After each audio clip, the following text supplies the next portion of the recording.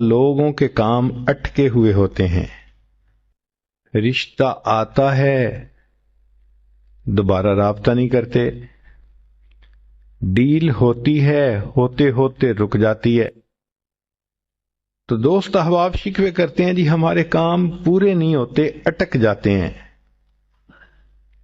اور پھر وہ کسی کے پاس جاتے ہیں، عملیات والوں کے پاس، تو ان کا تو چونکہ کاروبار ہے، انہوں نے پیسے کمانے ہوتے ہیں، تو وہ سمپل جواب دیتے ہیں جی کسی نے لگتا ہے تمہارا رزق باندھ دیا ہے، کسی نے تمہارا رشتہ باندھ دیا ہے، اور ہم اس کو بلیو کر لیتے ہیں۔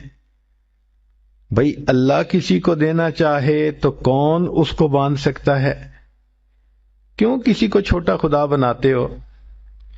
کوئی کسی کا رزق نہیں باندھ سکتا، کوئی کسی کا رشتہ نہیں باندھ سکتا، ہمارا ایک ہی خدا ہے، اس کے کام کو کوئی روک ہی نہیں سکتا۔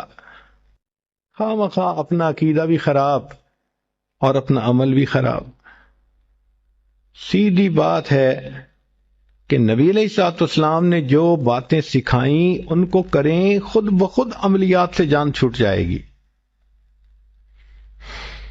چنانچہ عورتیں اکثر پوچھتی ہیں جی کہ میرا رشتہ اچھا ہو جائے، بیٹے کو جاب مل جائے، بہو کا ویزا رکا ہوا ہے، فلاں کام اٹکا ہوا ہے۔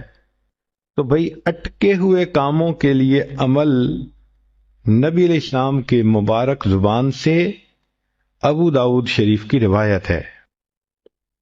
نبی علیہ السلام نے فرمایا جو مومن صبح و شام 7 مرتبہ اس دعا کو پڑھے گا، اللہ تعالیٰ اس کے ہر ادھورے کام کو پورا فرما دے گا۔ اور وہ کیا ہے؟ حسبی اللہ لا الہ الا ہو علیہ توکلت وہو رب العرش العظیم۔